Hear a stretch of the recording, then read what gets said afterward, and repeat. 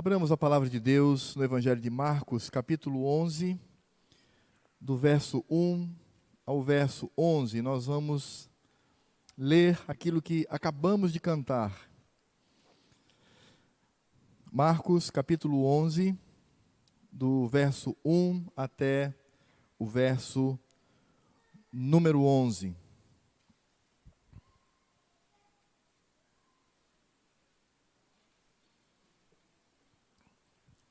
E diz assim a palavra de Deus, Marcos 11, a partir do verso 1 até o verso 11.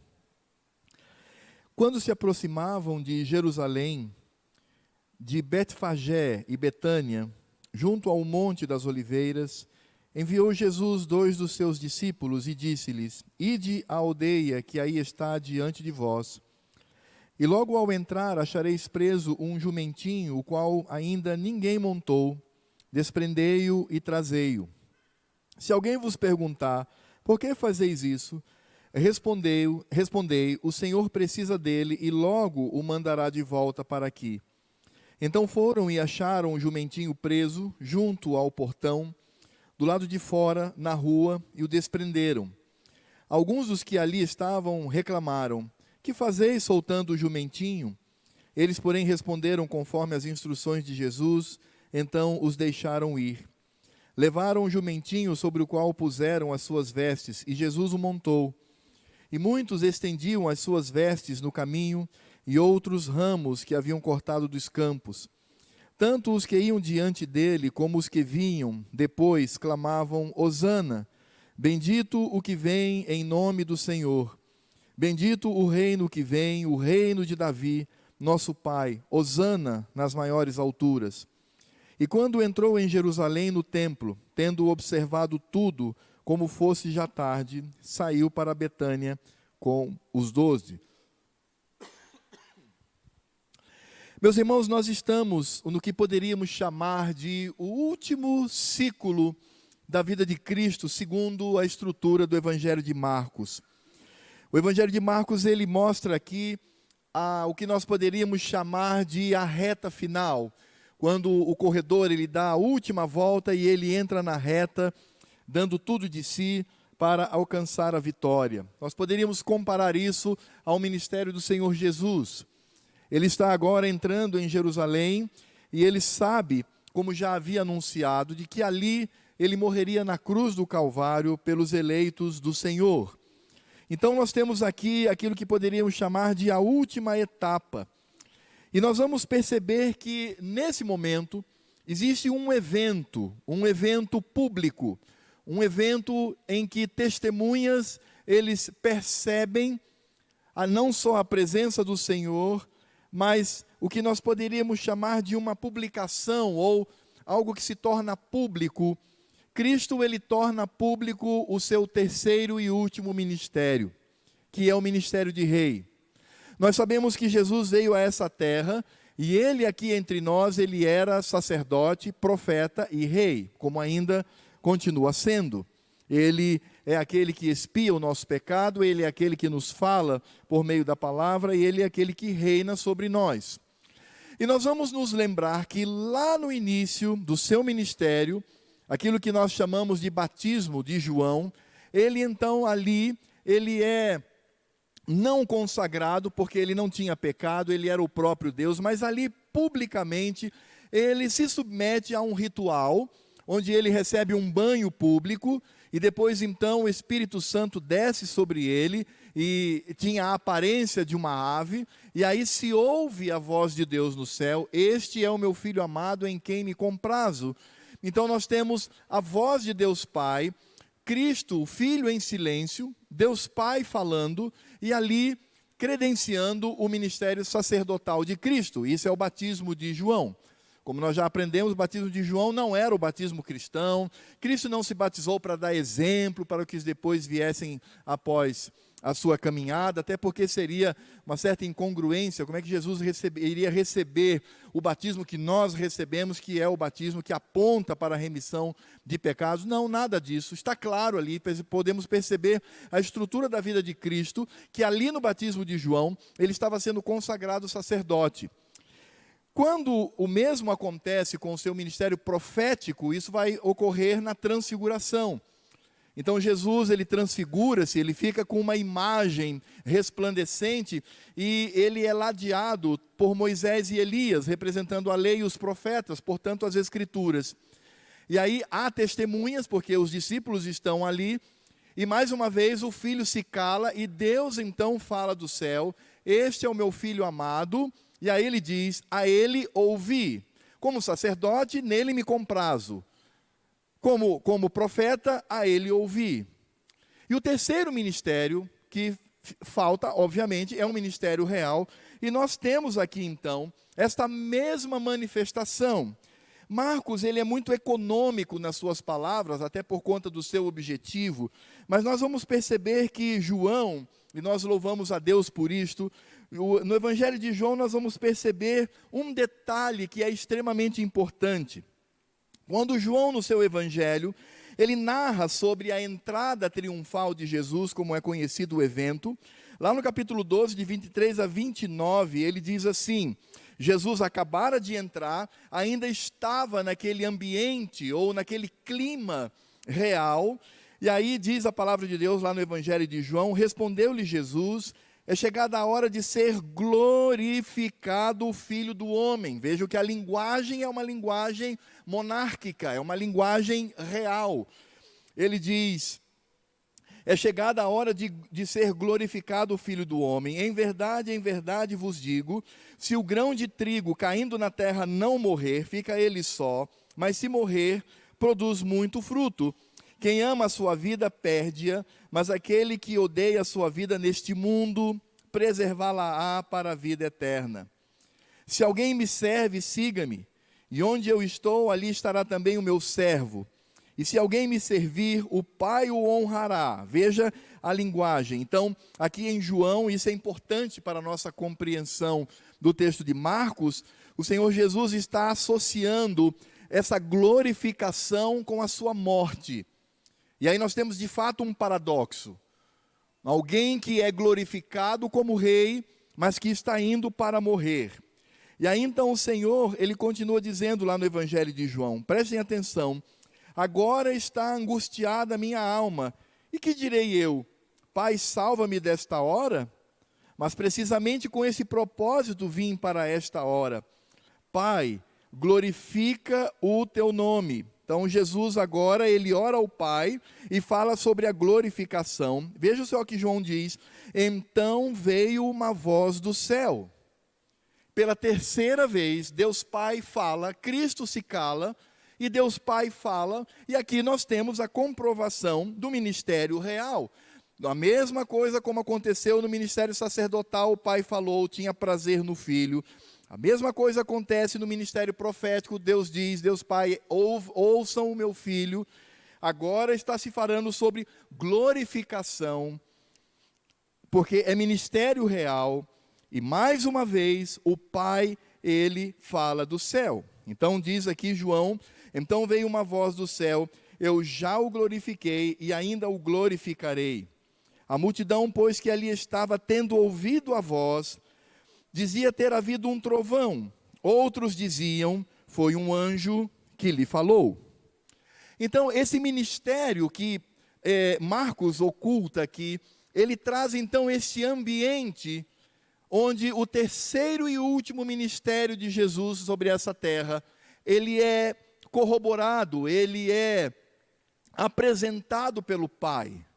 Então, repetindo, lá no batismo é o sacerdócio, Deus fala, tem prazer nele. Na transfiguração nós temos o ministério profético, Deus fala, a ele ouvir, o profeta se ouve. O sacerdote deve ser aceito por Deus para a expiação do pecado do povo. O profeta fala, então a ele ouvir. E agora como rei fala da glória, fala do esplendor do rei. E nesse sentido, irmãos, nós vamos perceber que o Senhor Jesus aqui, ele está recheado de tantas citações bíblicas, e nós vamos perceber que esse ato de Jesus, ele vai ser o cumprimento de tantos tipos do Velho Testamento, de tantos textos, e infelizmente não temos tempo para ver a todos, mas eu queria ressaltar alguns. Por exemplo, o fato das pessoas colocarem o manto no chão. A gente vai ver que isso acontece lá com o rei Jeú, em 2 Reis 9:13. Então era um costume, quando o rei entrava no palácio, as pessoas então colocavam no chão o seu manto, panos que eram caros, que eram importantes, para que o rei passasse sobre ele. Era uma forma de reconhecer que aquele que se aproxima é o rei sobre todos. E nós vamos perceber também um outro aspecto, irmãos, que é lindo. Nós vamos perceber aqui a narrativa que trata sobre a coroação de Salomão. E nós vamos perceber o que Davi, ele vai planejar e vai ordenar para que aconteça nesse episódio tão importante na vida de Salomão. Por isso lá em 1 Reis, capítulo 1, de 32 a 40, diz a narrativa: disse o rei Davi: chamai-me Zadok, o sacerdote, e Natã, o profeta, e Benaia, filho de Joiada. E eles se apresentaram ao rei. Disse-lhes o rei Davi: tomai convosco os servos de vosso senhor, e fazei montar meu filho Salomão na minha mula, e levai-o a Giom. Zadok, o sacerdote, com Natã, o profeta, ali o ungirão rei sobre Israel. Então tocareis a trombeta e direis: viva o rei Salomão. Subireis após ele, e virá e se assentará no meu trono, pois é ele quem reinará em meu lugar, porque ordenei, seja ele príncipe sobre Israel e sobre Judá. Então Benaia, filho de Joiada, respondeu ao rei e disse: amém. Assim o diga o Senhor, Deus do rei, meu senhor. Como o Senhor foi com o rei, meu senhor, assim seja com Salomão, e faça que o trono deste seja maior que o trono do rei Davi, meu senhor. Então desceu Zadok, o sacerdote, Natã, o profeta, e Benaia, filho de Joiada, e a guarda real, fizeram montar Salomão, não num cavalo, mas numa mula, que era do rei Davi, e o levaram a Giom. Zadok, o sacerdote, tomou do tabernáculo o chifre do azeite, e ungiu a Salomão. Tocaram a trombeta, e todo o povo exclamou: viva o rei Salomão. Após ele subiu todo o povo, tocando gaitas e alegrando-se com grande alegria, de maneira que o seu clamor parecia fender-se a terra. Entendeu agora o jumentinho? Entendeu o que está acontecendo aqui? Você entende que Salomão era um tipo de Cristo, aquele que receberia o trono de Davi e que seria maior que Davi.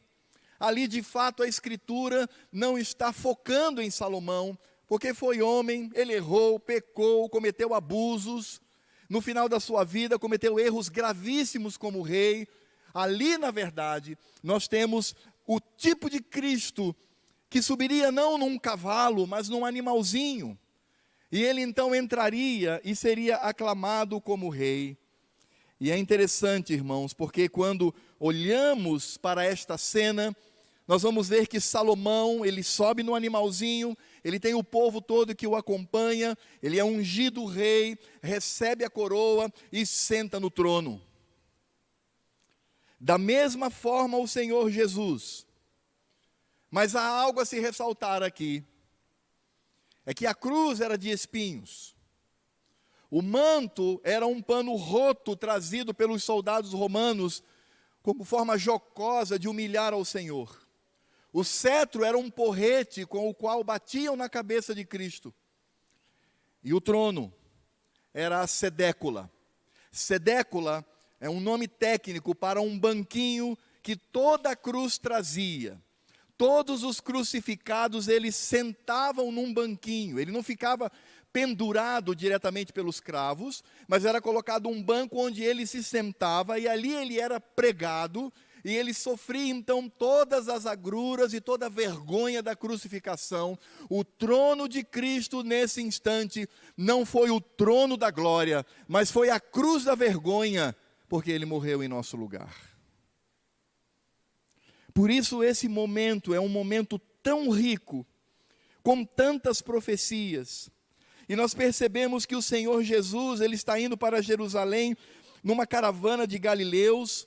A época é a Páscoa, eles estão ali para celebrar a Páscoa. Vejam como todas as profecias e todos os tipos de Cristo que apontam-no como Rei e Salvador se cumpre agora na vida do Senhor. É por isso que toda esta caravana, indo para celebrar a Páscoa, resulta nesse início do último momento da vida de Cristo, que é a entrada triunfal e real de Cristo em Jerusalém, cidade de Davi, para sentar no trono, que de fato era o trono de Davi, porque Davi era pecador, era miserável, era cheio de pecado, e o trono que Davi deveria sentar-se era o trono da cruz. Mas Cristo toma o seu lugar e morre na cruz do Calvário. E é interessante porque quando nós olhamos o Senhor Jesus, nós vamos perceber que ali, nas suas instruções, nós percebemos a sua autoridade e a sua autoridade divina. E nós percebemos que ali não está apenas o Cristo homem, ou Jesus o homem, mas o Cristo Deus, ou Jesus que é Deus. E nessa manifestação da divindade do Senhor, temos em primeiro lugar a expressão que ele utiliza para que se tomasse o jumentinho. Ele ordena os seus discípulos para que entrem na vila que estava à frente, e havia ali um jumentinho, e Mateus nos dá um detalhe a mais. Ele estava preso à sua mãe, e eles pegam-no, e quando as pessoas reclamam, ei, o que vocês estão fazendo? Ele diz, não, o Senhor vai utilizá-lo, depois ele há de devolver. E todos ali temem a esta palavra, porque Senhor aponta para Javé, é o Senhor que vai utilizar aquele animal. Mas um segundo aspecto que chama-nos a atenção é o fato de que aquele animal, ele não havia sido montado por ninguém. Ele era, na verdade, uma primícia, uma montaria que se apresenta como primícia para o Senhor. E somente Deus é merecedor das primícias. Quando nós olhamos para o Velho Testamento, nós vamos perceber isso em tantas questões, até mesmo em situações que passam despercebido aos nossos olhos e à nossa mente, como por exemplo, a construção dos altares, onde se sacrificavam os animais. As Escrituras dizem que as pedras não deveriam ser talhadas por mãos humanas, e deveriam ser pedras consideradas virgens para esse processo. Quando nós vamos para Levítico 19, de 23 a 25, nós vamos ver que quando os judeus plantavam, eles não podiam colher até o 4º ano, e no 5º ano, eles colheriam o fruto, e este fruto deveria ser oferecido ao Senhor como primícia. Só depois eles poderiam usufruir do fruto gerado pelas árvores que plantavam. Então nós percebemos que aqui, mais uma vez, Marcos nos mostra, embora de forma discreta, que de fato Jesus é o Deus entre nós, que Cristo é Deus, porque ele não vai montar em qualquer animal, mas ele vai receber uma montaria como primícia, para que todo o quadro, para que tudo aconteça para a glória dele mesmo e para a glória de Deus Pai. É por isso que uma cena tão simples, uma cena quase que despercebida pelos moradores de Jerusalém, totalmente despercebida pelos soldados romanos, porque se os soldados romanos desconfiassem que alguém estava sendo aclamado rei, sem a autoridade de César, certamente essas pessoas sofreriam o dano. Mas ali nós temos esta conexão do trono da graça de Deus no céu, e o seu Filho amado nessa terra, sendo reconhecido como rei, legítimo para sentar no trono de Davi. E meus irmãos, quando nós olhamos para isso, vamos perceber que esta entrada de Cristo em Jerusalém, dessa forma, é o cumprimento de tantas profecias, mas a que mais se destaca é aquela que está em Zacarias, capítulo 9, versos 9 e 10, e este talvez seja o texto mais conhecido de todos nós. Zacarias escreveu o seguinte: alegra-te muito, ó filha de Sião, exulta, ó filha de Jerusalém, Eis aí, te vem o teu rei, justo e salvador, humilde, montado em jumento, num jumentinho, cria de jumenta. Destruirei os carros de Efraim e os cavalos de Jerusalém, e o arco de guerra será destruído. Ele anunciará a paz às nações, o seu domínio se estenderá de mar a mar, e desde o Eufrates até as extremidades da terra. Zacarias, ele nos mostra aqui a característica e a natureza do ministério real do Senhor Jesus. Diz que ele é rei, que ele é justo, que ele é salvador, que ele é humilde, que ele há de destruir os inimigos, que ele há de estender e anunciar a sua paz a todas as nações, e afirma que o seu domínio será completo sobre o universo e sobre essa terra. E aí, irmãos, quando nós olhamos para Zacarias, capítulo 9, verso 9 e 10, nós vamos descobrir, de fato, o significado desta entrada triunfal de Cristo como o Rei do universo. E a primeira característica que nós encontramos aqui, com base na profecia de Zacarias, é que este rei é um rei pacificador, é um rei que traz a paz. E é interessante porque isto contrariava as expectativas dos discípulos. Os discípulos, na verdade, esperavam um rei que na sua vinda, ele travasse guerra contra o Império Romano, e com essa guerra, então, ele iria libertar Israel, e Israel seria um reino na mesma época que o rei Davi.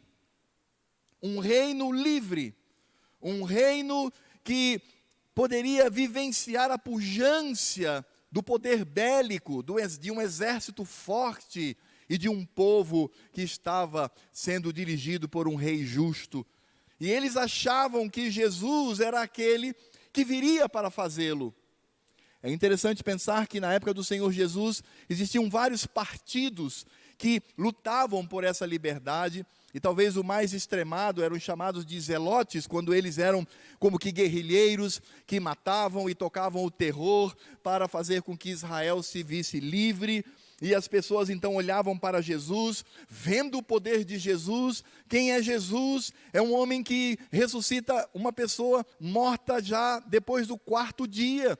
Quem é Jesus? Jesus é aquele que dá vista aos cegos, é aquele que cura, é aquele que expulsa os demônios, é aquele que transforma água em vinho. Ele é o Todo-Poderoso, ele tem poder nas suas mãos, ele é Deus entre nós. Então, certamente, com o sopro da sua voz, com o sopro da sua boca, ele matará todos os romanos, e nós viveremos não somente livres, mas teremos um reino que vai dominar sobre toda a terra. Era isso que os discípulos esperavam. Por isso ficam escandalizados. Por isso eles não aceitam.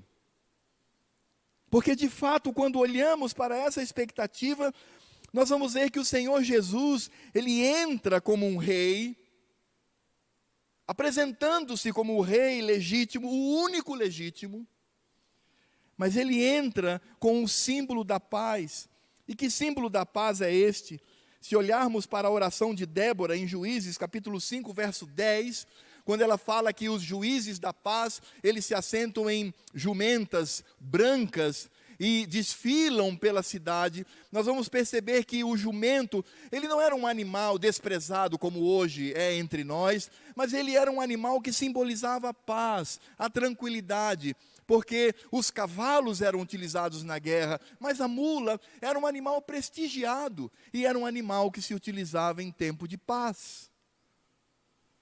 Por isso, enquanto aqueles esperavam a atuação beligerante, uma guerra sangrenta de Jesus contra os inimigos de Israel, nós temos o Senhor assentado num jumento, e ali ele demonstra a paz, porque na verdade a primeira conquista de Cristo na sua primeira vinda pode ser compreendida naquilo que Paulo diz em Colossenses capítulo 1, verso 20, texto que nós lemos no início deste culto, e que havendo feito a paz pelo sangue da sua cruz, por meio dele, reconciliasse consigo mesmo todas as coisas, quer sobre a terra, quer nos céus. O Rei da paz veio pacificar aqueles que eram inimigos do Senhor, aqueles que odiavam a Deus, aqueles que afrontavam ao Senhor com o seu pecado, agora são reconciliados, são trazidos à paz, porque o Rei Jesus é o Rei da paz, e isso é feito por meio da cruz. É por isso que Cristo, mesmo tendo o direito de se assentar no trono de Davi, no palácio real, ele se assenta na sedécula, no banquinho da cruz, para morrer em nosso lugar. Cristo fez isso por seus súditos eleitos. Ele trouxe a paz, porque ele é o Rei da paz, ele é o Rei pacificador, mas ele também é o Rei humilde. Ele não é aquele rei que entra como um grande general, conquistador, mas ele é aquele que entra com humildade, e Zacarias mesmo nos diz que ele transparece essa humildade. Então mostra que Jesus está ali apontando para o fato de que ele se esvaziou da sua glória celeste, é o que Paulo diz. Ele não usurpou, ele não reivindicou, mas ele voluntariamente se esvazia de toda a sua glória, de todo o trono sob o estrado, onde sob o estrado estão todos aqueles que são seus servos, todo o universo. Ele se esvazia da sua glória. Por isso nós vamos perceber que a entrada de Cristo em Jerusalém, quando ele é reconhecido como rei, e isto é ratificado, isto é confirmado pelo Pai, nós temos aqui um grande paradoxo, porque ali também temos a imagem da humilhação de Cristo. Por isso, ele se apresenta como um rei humilde, porque o seu trono será a cruz. E ele fez isso também por seus súditos eleitos. Em terceiro lugar, irmãos, quando Jesus entra em Jerusalém, ele não se apresenta apenas como o Rei da paz, nos pacificando com Deus, como o Rei humilde que vai para a cruz para morrer em nosso lugar, mas ele é o Rei Salvador. Percebam que aqui se usa uma expressão que está no Salmo 118, e às vezes nós não entendemos muito bem o que isso significa. No verso 9 diz: tanto os que iam adiante dele, como os que vinham, depois clamavam, Hosana. O que significa Hosana? Que palavra é essa? Quais são as implicações desse termo? E, irmãos, para que entendamos o significado dessa expressão Hosana, nós temos que ir primeiro lá para 2 Reis, capítulo 6, de 26 a 27. O contexto ali, os irmãos se lembram, Samaria está sitiada, as pessoas passam fome, os mais ricos compram por muito dinheiro a cabeça de um jumento para comer. A classe média comia o que eles chamam de excremento de pombas, isso possivelmente era um vegetal muito amargo que eles deveriam comer. E as pessoas mais pobres, elas comiam seus próprios filhos para saciar a fome. E nesse sentido, as escrituras dizem que quando o rei passa pelo muro, uma mulher então clama a ele por salvação. E o texto lá em 2 Reis, capítulo 6, 26 e 27 diz: passando o rei de Israel pelo muro, gritou-lhe uma mulher, acode-me, ajuda-me, salva-me, ó rei meu senhor. Ele lhe disse: se o Senhor não te acode, se o Senhor não te salva, se o Senhor, ele não te ajuda, de onde te acudirei eu? Da eira ou do lagar? Irmãos, essa expressão, acode-me, salva-me, é a palavra Hosana. Hosana é uma palavra que vem de uma transliteração do grego, ou seja, o português pegou a expressão em grego e colocou a mesma sonorização, e a expressão em grego fez o mesmo com a língua hebraica. A palavra Hosana significa salvação, clamor por salvação.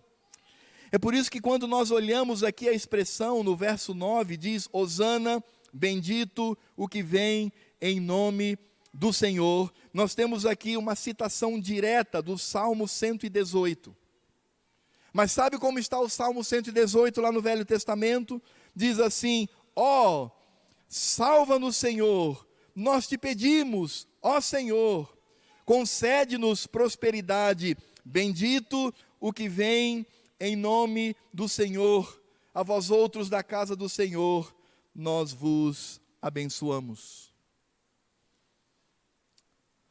O Salmo 118, versos 25 e 26, trazem literalmente: ó, salva-nos, Javé, nós te pedimos, ó Javé, concede-nos prosperidade, bendito o que vem em nome do Senhor. Essa expressão aqui no hebraico, salva-nos, concede-nos prosperidade, ajuda-nos, é a palavra hosana.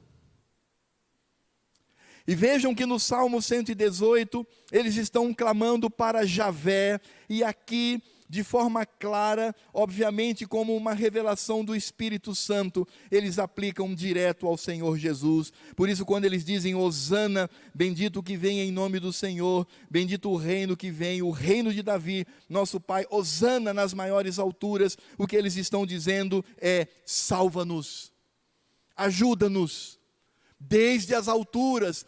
E vejam como essa expressão só pode ter sido uma revelação do Espírito Santo, porque eles dizem, não só aplicam um texto do Salmo 118, onde ele é escrito por Davi, fazendo alusão a Javé, ao Senhor Todo-Poderoso, ao Criador dos céus e da terra, mas eles também envolvem o céu, e eles ali, talvez sem saber, conscientemente, estão dizendo que Cristo, como Deus, ele não estava enclausurado num corpo humano, mas Cristo, como Deus, ele habitava todo o universo. E ele é o único Salvador. Aliás, esse é o grande mistério das duas naturezas de Cristo. Porque como homem, e 100% homem, excetuando o fato de que ele não tinha pecado, ele estava limitado às condições humanas, à sua natureza humana. Mas como Deus, que era 100%, Cristo, quando estava na terra em corpo, como Deus, habitava os céus. Você entende isso? Não, nem eu, porque isso é um mistério da divindade do Senhor. Ele, então, é reconhecido como o Salvador. Por isso, eles clamam. Mas é interessante pensar, porque talvez Davi, quando escreve o Salmo 118, ele está falando de uma salvação que vem através do exército, através do banimento dos inimigos, expulsando os inimigos de Israel. Mas o Salmo 118 não aponta para isso, aponta para Cristo. E onde está a salvação deste rei? Onde está o livramento deste rei? Na cruz, no banquinho, no Calvário. E Cristo se submete à cruz para salvar os perdidos, eleitos do Senhor. Ele faz isto por amor e por graça. O Rei Jesus, o Rei da paz, o Rei humilde, o Rei Salvador, também é o Rei da glória. E nós podemos perceber isso no Salmo número 24, de 7 a 10. Perceberam a riqueza da cena? Perceberam como essa cena da entrada triunfal de Cristo, ela é teologicamente, doutrinariamente riquíssima para a nossa compreensão? No Salmo 24, de 7 a 10 diz: levantai, ó portas, as vossas cabeças, levantai-vos, ó portais eternos, para que entre o Rei da glória. Quem é o Rei da glória? Javé, forte e poderoso, Javé, poderoso nas batalhas. Levantai, ó portas, as vossas cabeças, levantai-vos, ó portais eternos, para que entre o Rei da glória. Quem é esse Rei da glória? É Javé dos exércitos, o Senhor dos exércitos. Ele é o Rei da glória. Portanto, naquele momento, nós temos ali a entrada do Rei da glória, aquele que certamente iria conquistar e derrotar o inimigo, derrotar a carne, derrotar o mundo, derrotar Satanás e seus anjos, e ele iria então fazer com que nós nos tornássemos mais que vencedores. Porque a expressão do apóstolo Paulo, mais que vencedores, significa dizer que nós não vamos para a guerra para alcançar a vitória. Não, nós estamos indo para o campo de batalha, para tomar os despojos da vitória de Cristo. Cristo venceu por nós. Cristo venceu a batalha. Cristo cumpriu aquilo para o qual veio a este mundo. E a pergunta que eu faço para os irmãos: onde se deu o triunfo de Cristo como Rei da glória?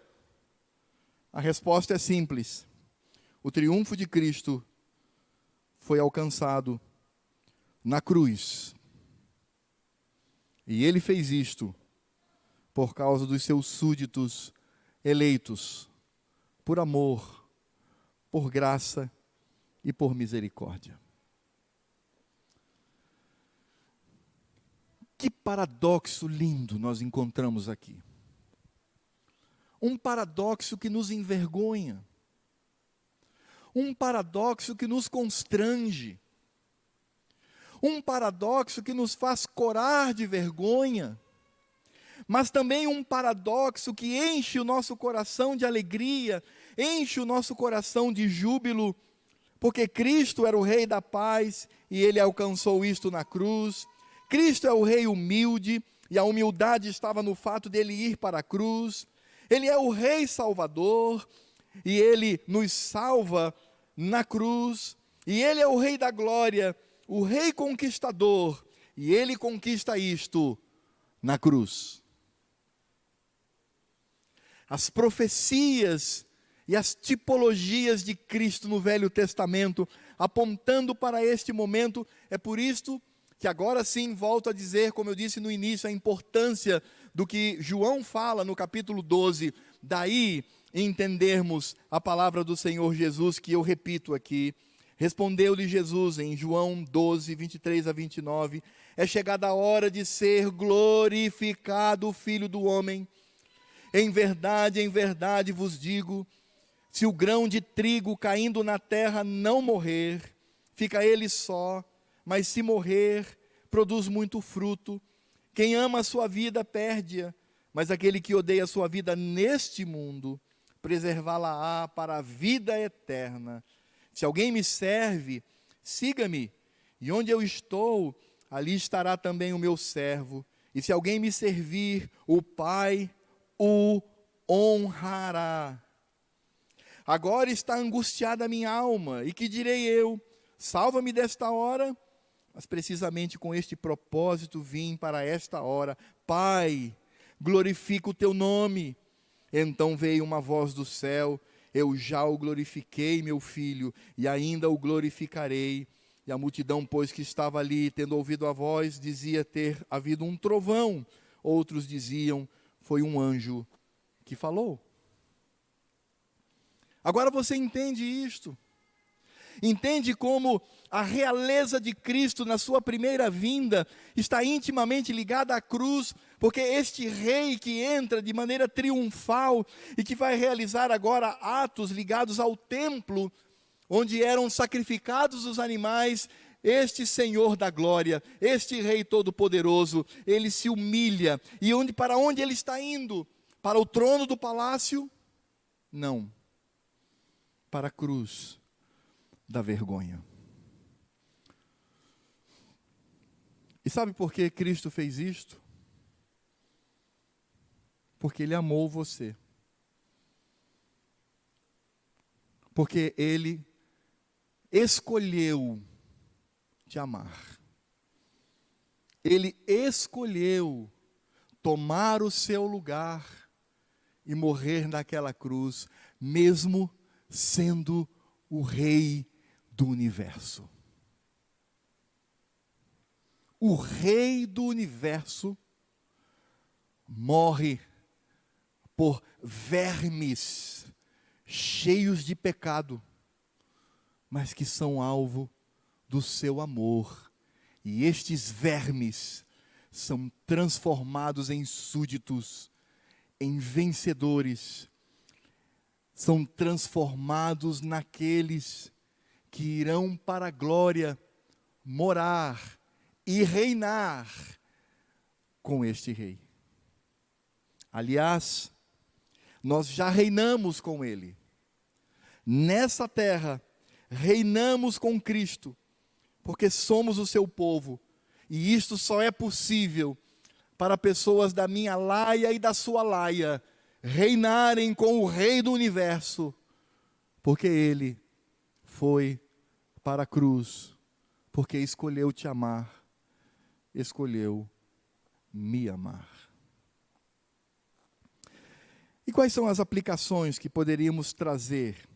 Há tantas questões que poderiam também ser trazidas aqui, mas ficaremos apenas nestas. E eu gostaria de agora aplicar esta cena gloriosa para a nossa vida, para que durante essa semana meditemos sobre o Cristo amado, o Senhor da nossa vida. Meus irmãos, em primeiro lugar, precisamos reconhecer claramente que Cristo, Ele, como este Rei, Ele tinha o direito de nos esmagar, como se inseto fôssemos. Ele tinha esse direito. O Senhor Jesus, o Cristo amado, tinha, como tem o direito de esmagar pecadores com a sola do seu pé, porque Ele é o Todo-Poderoso. Mas Ele não fez isto. Ao contrário, Ele nos fez alvo do seu amor incondicional. Ele nos amou. Eu sempre gosto de pensar que quando Jesus morreu na cruz, Ele não morreu por uma massa humana gigantesca, mas Ele morreu pelo João, pela Maria, pelo Pedro, pelo Carlos. Ele morreu por cada um daqueles que o Pai escolheu. O seu nome foi colocado sobre Cristo. Os seus pecados, não o pecado de quem está ao seu lado aí agora, os seus pecados foram colocados sobre Ele, para que usufruíssemos desse reino poderoso sobre a terra. É por isso que Cristo, como Rei divino, por amor a todos nós, Ele se torna servo humilde por nossa causa. Vejam a dimensão, a profundidade, a altura, a largura do amor de Cristo por você e por mim. É por isso, irmãos, que o nosso desejo por santidade, o nosso desejo por estar com Cristo, deve vir desta imagem tão poderosa.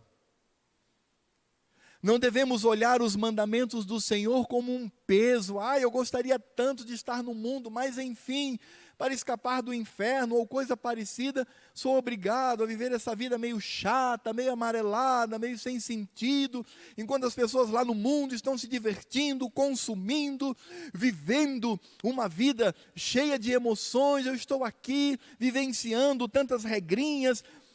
Irmãos, se nós olharmos por essa perspectiva, quão pequena é a nossa visão. Nós devemos olhar para aquele que morreu em nosso lugar e que nos fez assentar no trono. É por isso que o apóstolo Paulo lá em Efésios, ele diz isso. É interessante porque Paulo, ele nos deixa claro, lá em Efésios capítulo 2, aí esse texto eu vou pedir para que você abra comigo, por favor. Um texto tão conhecido, Efésios capítulo 2, e ele diz assim: Ele vos deu vida estando vós mortos nos vossos delitos e pecados, nos quais andaste outrora segundo o curso deste mundo, segundo o príncipe da potestade do ar, do espírito que agora atua nos filhos da desobediência, entre os quais também todos nós andamos outrora, segundo as inclinações da nossa carne, fazendo a vontade da carne e dos pensamentos, e éramos, por natureza, filhos da ira, como também os demais. Mas Deus, sendo rico em misericórdia, por causa do grande amor com que nos amou, e estando nós mortos em nossos delitos, nos deu vida juntamente com Cristo. Pela graça sois salvos, e juntamente com Ele nos ressuscitou e nos fez assentar nos lugares celestiais em Cristo Jesus.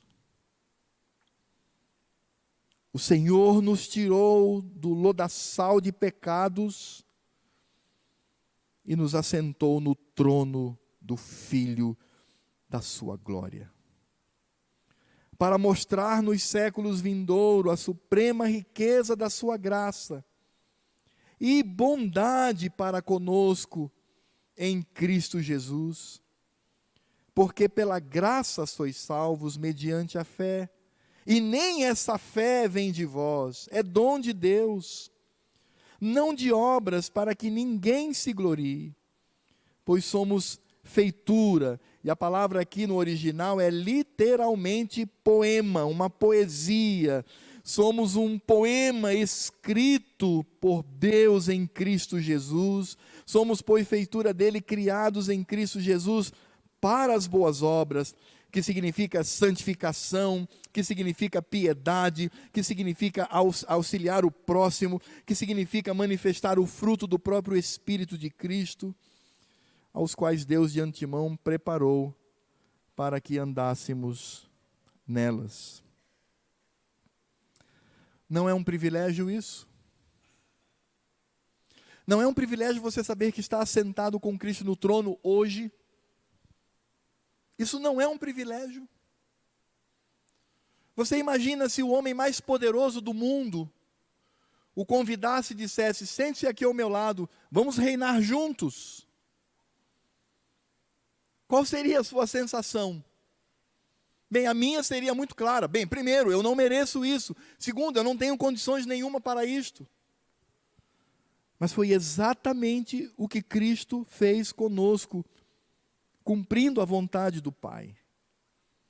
Por isso, irmãos, é um privilégio saber que reinamos com o Rei do Universo, com o Cristo, Filho de Davi, o único legítimo para assumir o trono do Senhor.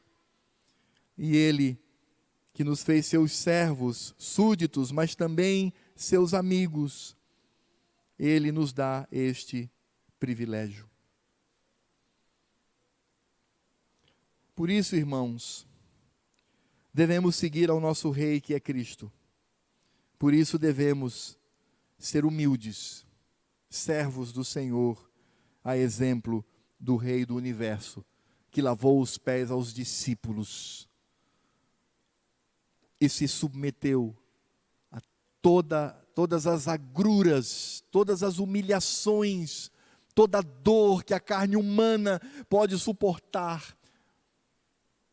Ele, inclusive, foi abandonado por Deus Pai na cruz. A Ele devemos imitar, como Ele devemos ser humildes e servos do Senhor. Isto é um privilégio, porque nós estamos salvos e seguros nas mãos do nosso Rei, Cristo Jesus. Ah, meu irmão, não olhe para a sua vida cristã, para a sua santificação, para a sua vida correta, para o cumprimento da lei moral de Deus como um peso, porque isso faz parte do coração daqueles que são legalistas. Porque nós temos dois extremos, não é? Temos o legalista que faz aquilo como um sacrifício que vem da própria força dele para mostrar às pessoas o quanto ele é bom. Do outro lado, temos os libertinos, não tem nada de lei, não tem nada de mais nada, vamos viver, e aí eles transformam a graça de Deus em libertinagem. Eles são aqueles a quem Paulo pergunta: por causa da graça devo eu pecar mais e mais para que essa graça seja abundante? Como eu posso fazer isso se para o mundo eu já morri? Não, irmãos.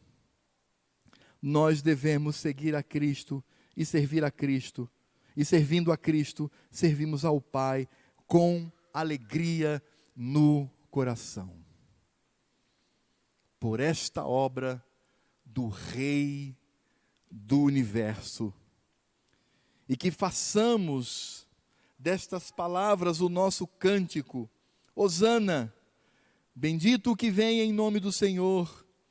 Bendito o reino que vem, o reino de Davi, nosso Pai. Hosana nas maiores alturas. Que este seja o cântico da alegria ao percebermos o que significou para Cristo ser o Rei do Universo e morrer na cruz do Calvário. Vamos orar. Senhor Deus e Pai, nós queremos louvar o Teu santo nome nesta noite. Ó Senhor, muito obrigado pela revelação da Tua palavra, pela compreensão que temos do ministério de Cristo, pela sabedoria que o Senhor nos concede mediante o Teu Espírito Santo, que também é o Espírito de Cristo.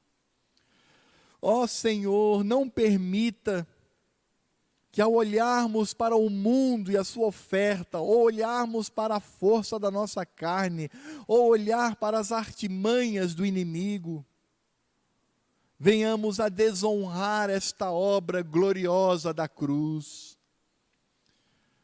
Porque bem sabemos que a salvação, ela não é de graça, ela custou a morte do meu Redentor. Este foi o preço, esta foi a paga.